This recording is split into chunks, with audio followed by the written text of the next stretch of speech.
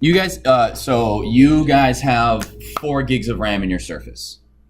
So for example, there are different types of RAM. The one in your phone, I think my iPhone has 1 gig of RAM, but that's slightly different because it's doing, computers and phones are different. You know, the phone isn't doing as much as a computer, but it's still doing a lot. So you can get away with having a smaller amount of RAM, but you know, I think the new iPhone's gonna have 2 gigs of RAM, which for a phone is crazy. What was I saying before I did the camera? I turned the camera on. So if you forget to save something, and your computer crashes, your RAM gets wiped. It gets totally blank slate. You know, there's nothing stored in it, which is why sometimes when you guys are working and you haven't turned off your computer a lot, your computer can get slow. It can get things. The odds of something happening, the longer you go without restarting your computer, the odds of something going wrong increases because your random access memory, your RAM, slowly accumulates little bits of information that sometimes it doesn't erase. So, for example, if you're writing a PowerPoint, and even though you've closed PowerPoint, some things from PowerPoint that uses RAM will stay in the RAM. So then if you're using PowerPoint, Excel, Word, and all these other things, even though you've closed them, you're still going to have parts of your RAM being used. What's up, Sebastian? What you doing? I'm trying. This is not loading. What's not loading? I'm trying to get into. Into what? I'm trying to get into the Academy. Academy Center. All right. Well, 4. To look up the thing. I don't know. To look up the what? Like. I just can't hear you. You're mumbling, so that's. I'm not like. Like I saw it here the other day. It was about. Is it something I posted on Academy Central? Yeah. Do you remember what it is? I think it's a section thing, right? Section. Is it the reading? No, 'cause I don't know. All right. I was just wondering. Wondering what? Never mind. All right. Okay. So that's what random access memory is. That's what RAM is. Which is why, like I've been telling you guys in this class, you're going to learn a lot more as to why, when I say have you restarted it, why that fixes things, right? Your RAM gets used up, and when you restart it, it kind of wipes it, cleans it out, and starts anew. One thing, for example, if you guys are using Drawboard PDF, that uses a lot of RAM, so the more files you have open, not necessarily sheets in your PDF, but the more PDFs you have open, that's going to dramatically slow down your computer. Because what it's doing, actually Drawboard PDF is a perfect example. So on Drawboard PDF, you can erase up to, I think, undo 25 actions, 25 pen strokes. After that, you can increase that or decrease it to undo. Otherwise, you have to go back and actually erase it. But what it does, it uses RAM to remember those 25 strokes. So if you have 25 strokes in PDF 1, you have 25 in PDF 2, PDF 3, PDF 4, PDF 5. It's now remembering not 25, it's remembering 250 pen strokes while it's open. And so that takes a lot of memory for it to remember all of those things. You can then flatten stuff on your PDF, on Drawboard PDF. You can flatten it so that what you've written becomes permanently part of the PDF.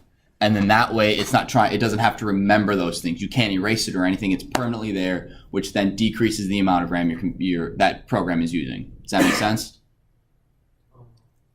You have a question? What's the difference again? This is putting it into the RAM. This one is PDF one. So as you draw on a PDF, right, it has to remember all of the pen marks you've written, right? So if it has to remember 25 pen strokes on PDF 1 and then PDF 2 and PDF 3, it now has to remember 75 pen strokes, right? Everything it has to remember and keep track of takes up RAM. May only be a megabyte, maybe 2 megabytes, but times that by 75, you now have 150 megabytes worth of stuff that's totally basically useless. You can't use it for anything else. So what I'm saying is you can flatten, and that's you can basically, instead of having the pen strokes on one layer in the PDF and then this can be erased, you flatten it together so that your pen marks become part of the PDF, and now you're the old PDF. What? I delete the old PDF. It becomes part of the PDF. So you don't delete the old PDF. It's kind of like taking a piece of paper and writing on it. That pen becomes part of the paper. You can't really separate it out. That's what flattening your annotations on a PDF does. Yeah. All right. So let's go. So types of memory. Basically, the first 4 in this table are all obsolete. So we now have. Oh.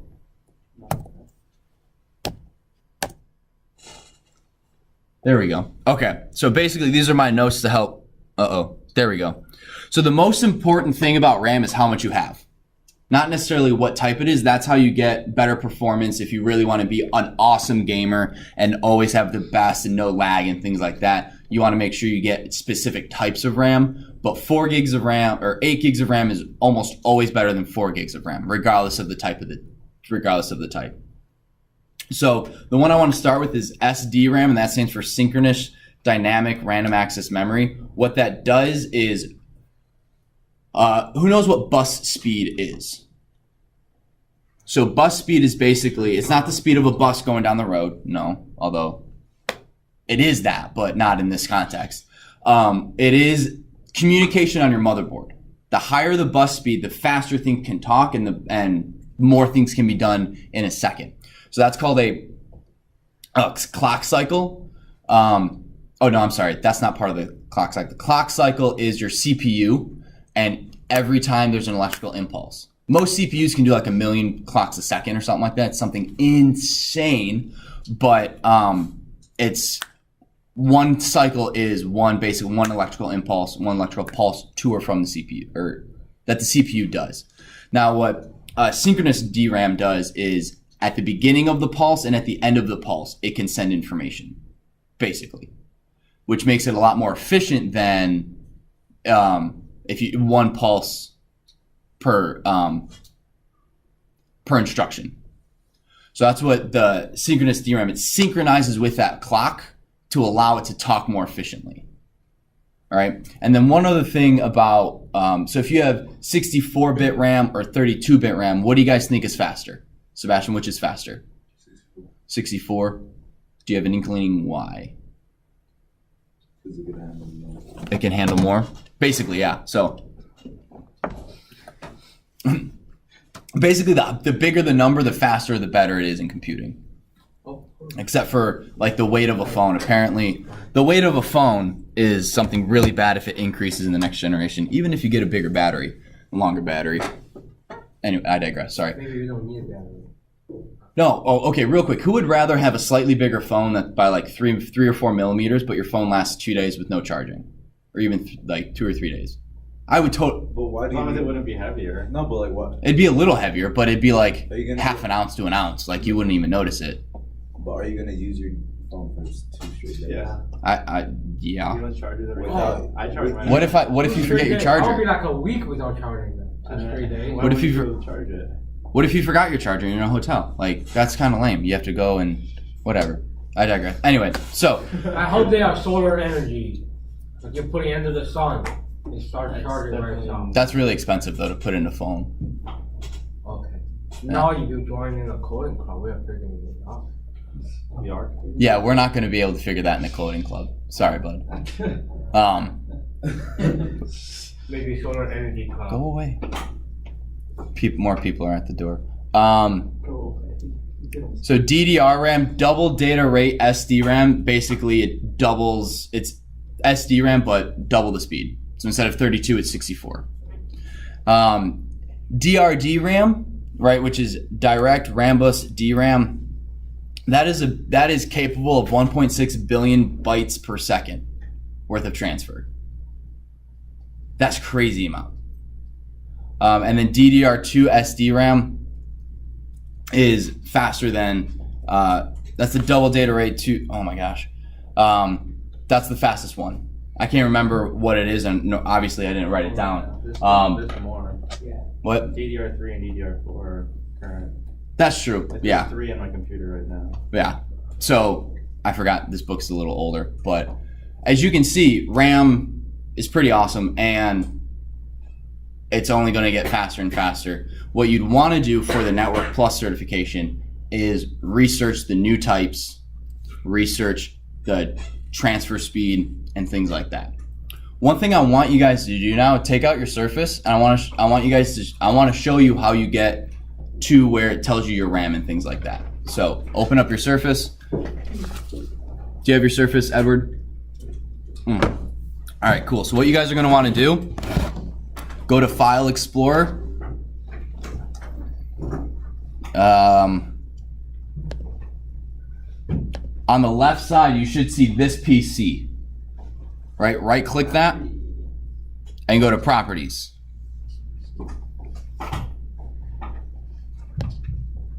And right here, you're gonna see the Windows Edition. We have Windows 10 Pro.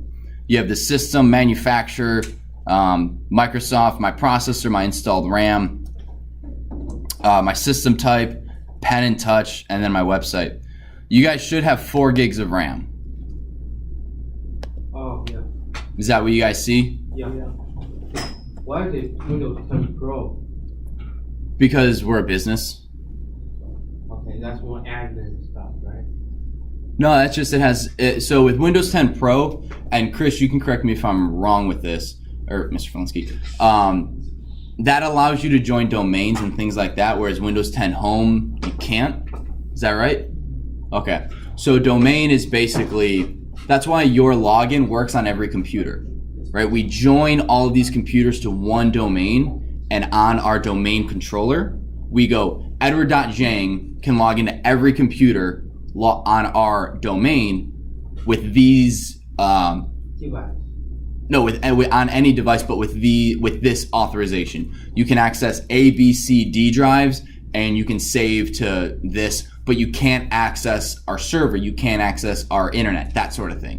But when I log in, because I have different credentials than you, I get to log into something else. Okay. So we have a student domain, which only you guys have access to, and then teachers can do the teacher side or the student side. Make sense? Yeah. Gio. Where do you go there? You gotta... Oh, so you go to File or File Explorer. So this little manila envelope on the bottom, Yep. and then you on PC over here, you right what? You go to Properties, Monday. and it should be right there. Okay. You see it? All right, cool. So real quick, guys, do a 2-minute search for what type of RAM is in a Surface 3. Go. Google search it. Max search usually. All right. Max versus PCs right now. Who can get it faster than Edward? What is Surface 3 RAM? Okay, I got a 4 gig. What type though? Not size. Is it DDR3, Can I DDR4? look at the specs or? What? I think it's DDR3. Do you got a source for that? No, I just know it. He knows it. He knows his stuff. There are 2 different types. One is 2 gigabytes RAM with 64 It's gigs. DDR3. DDR3? How do you know? Thomas knew. Nice. He Googled it, man. Why does it not say to me? It's because you're on a Mac. They don't want you to know. They don't transfer secrets. Google knows you're on a Mac right now. Oh, they don't tell Max? No, I'm messing with you, but I have no idea. Why do you? All right, did everyone else find DDR3? Or did you guys hear Sebastian say it and then just kind of like, whatevs? Pretty much. Pretty much. You guys are welcome. Sebastian didn't find it. Oh, yeah, it says, okay, I got it. 2 or 4 gigabyte LPDDR3. DDR3. All I right. don't know what those mean. Come on, Well, buddy. we just went over DDR2. Oh, It's This basically is a faster type of RAM. LPDDR3. I don't know what LP is. That's what it says. Okay. All right. So real quick. All right. Now we're moving on to basically storing files on a computer. How it's done, and how things are written. So you have 2 main ones. You have FAT32, which stands for File Allocation Table, and you have NTFS, which is New Transfer File System or Storage. New technology file system. Now that was actually Microsoft and IBM were working together to create one, and due to some rift in disagreement in policies or whatever, Microsoft broke off and came up with NTFS, and IBM came up with, I can't remember what they came up with, but that's where NTFS came from, was a rift between Microsoft and IBM. About, if I remember when I researched how NTFS came about, that's how it came about. But I very well might be wrong on that. So, FAT32 is no longer used. It really isn't used anymore. It's been replaced by FAT32. FAT32, so it uses 16, indicates the number of bits for the file allocation table. FAT16 system creates 2 to the 16 clusters. Kind of irrelevant. The really important thing is that FAT32 can be read by both Apple and PC, right? It can't be read, NTFS can't be read by Apple. So if you ever have a USB that works on your Surface and you plug it into your Mac and it says there's nothing on it, it's because it's written in FAT30, or it's written in NTFS, not FAT32. This USB brand new is written in both is FAT32 format. And the other day I was trying to transfer a file that was like 10 gigs and it wouldn't work. FAT32, you can only do 4 gig transfers. Change the properties of it. You can, right? And I'm going to walk you through how to do that. So let's go through. We're going to skip FAT32 or FAT16. FAT32 is, again, both used by both Apple and Microsoft. It has a couple of advantages. It can support up to 2 terabytes of disk space, meaning you could have a 2 terabyte USB written in FAT32. It's less susceptible to data disk failures and a better use of disk space. Basically, the way it allocates files. So what you have is, for files,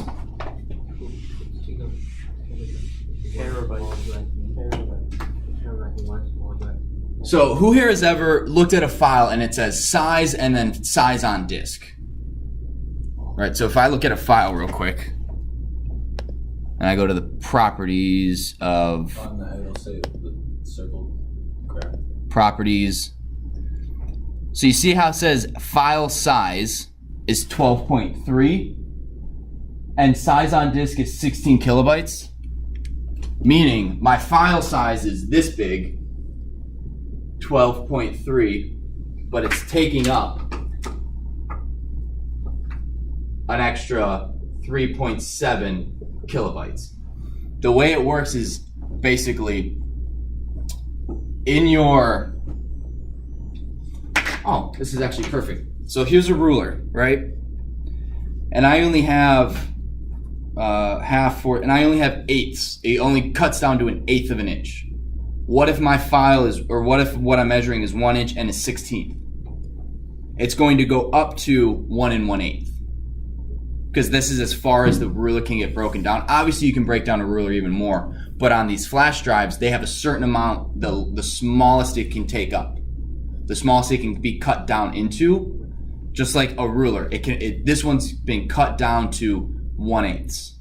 Anything smaller, so if you have a 16th, it has to get bumped up to 1/8, which is why the size on disk, all of this is 16 kilobytes. I don't know what the minimum file allocation size is on a FAT32. Might be 16. It may go to 12. It may go to 8. It's probably a power of 2. So it's probably either 1, 2, 4, 8, or 16. I don't know off the top of my head. So that's why this takes up 16 kilobytes, even though in reality it's 12.3. Does that make sense? Are there any questions? I feel like I kind of rushed through that. All right, Masa. Oh, it's over there? Yeah.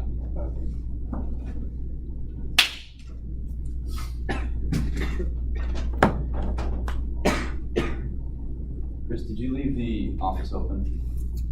Oh, Ben or Bob just walked in. Okay. Are there any questions on this? If you have a question, someone else has the exact same question. So raise your hand and ask it. Not for you, for them. No, everyone good? All right. So let me show you what happens if I try to transfer a really big file onto. All right, so I have nothing on this hard drive, on this flash drive. But do you actually have nothing? What do you have? No, it's brand new. I opened it. Oh. So what I have capacity is 14.4 gigabytes, right? So I have 64 kilobytes of info on there, kind of like a mini operating system. I want to transfer onto this. Let's go to my pictures, camera roll. That is 2.7. That's too small. It's 4 gigs, isn't it? They're multiple, they're by tens. No, I'm pretty sure it's 4.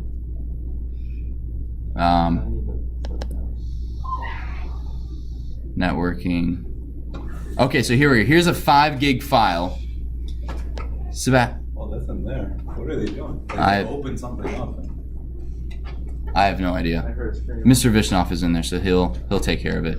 So this movie, right, Securing the Home Network, the video I did a couple weeks ago, if I try to put on here, is too large, but it's only 4.84, right? It's only 4.84 gigs, and I have 12 available, What?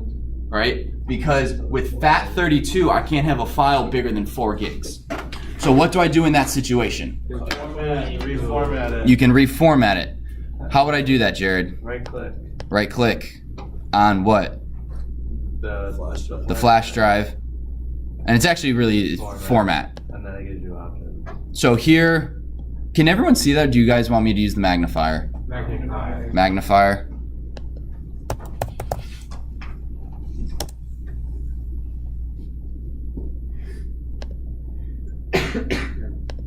How's that? There you go.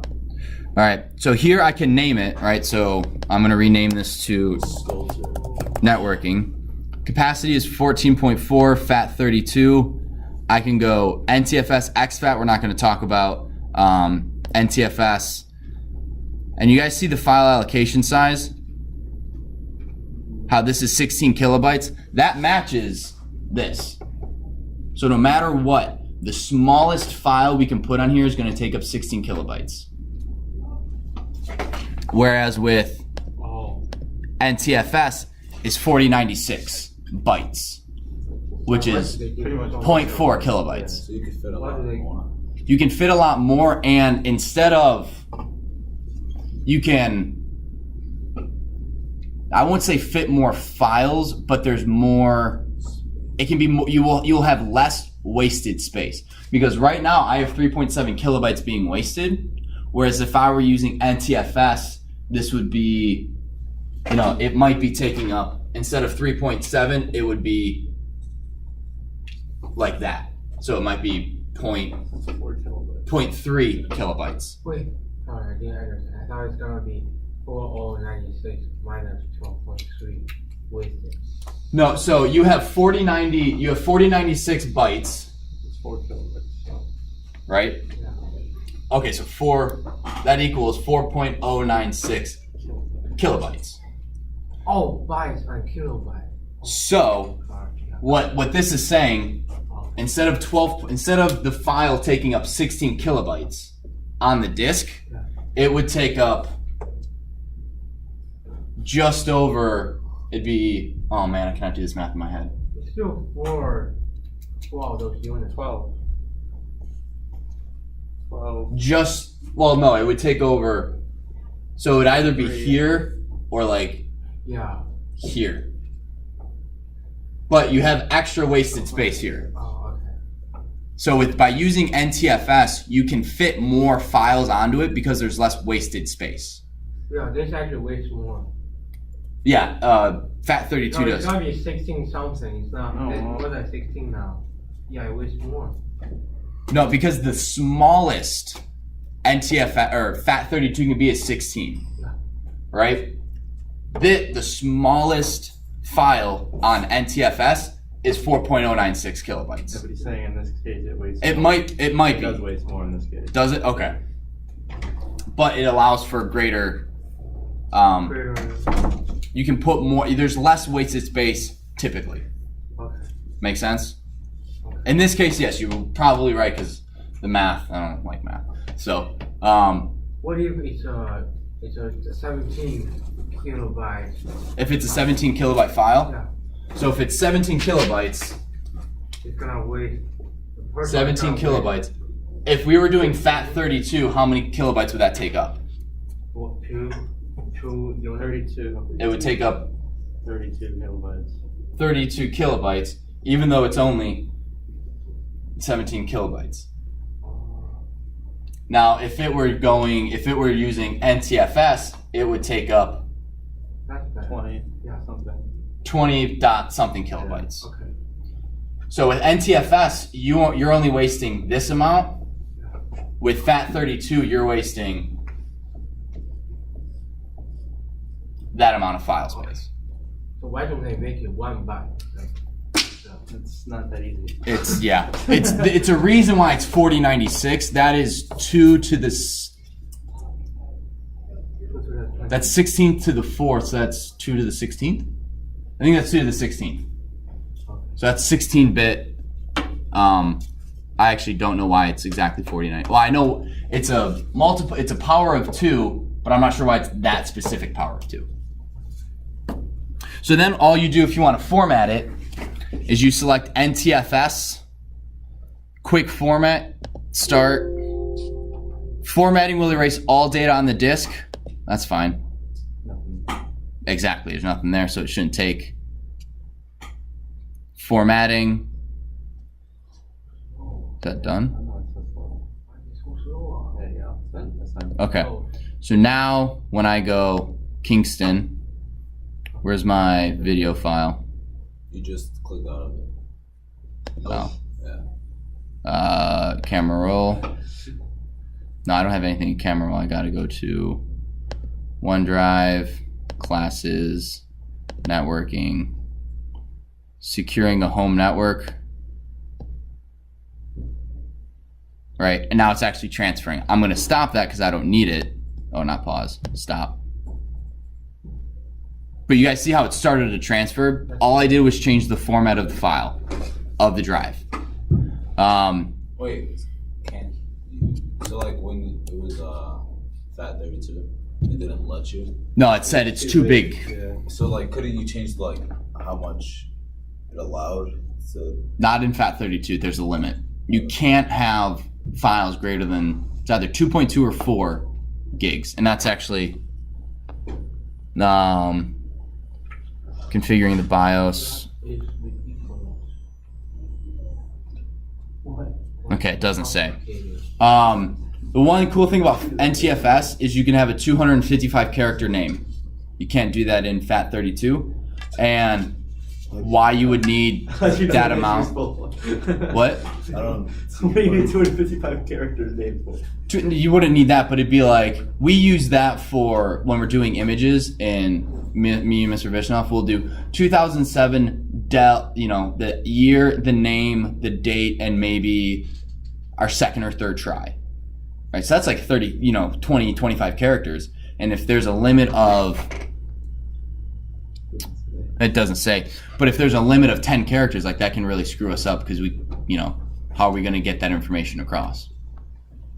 Does anyone have any questions on NTFS, FAT32? Again, if you have a question, someone else has the same question, I guarantee it. Lie. That is not a lie. You can't guarantee that. I almost guarantee it. Almost. How will you take a break? I was overexcited to get a break. No, we get 8 more minutes. yeah, no. So actually right now I want Jared, let me make sure the camera is still rolling. Ooh, oh my gosh. Dude. Wait, what? Okay, that's actually really funny. Wait, can I take a video? Masa. Sure. Wait, why is it? Are you set? Thanks. All right. Thanks, he says. Why is it? Bye, Maso. There's a delay. I know. I'm teaching. Go. Okay, There's a bye. delay. Why is it? Are you ready? I don't. I want to know why there are so many layers. You mean by I the saw swing layers? I saw that one time. All right. Click on the screen and then this takes a screen of that. And then that. I saw that happen one time on the stream. It was funny. Okay. So, Jared, I'm going to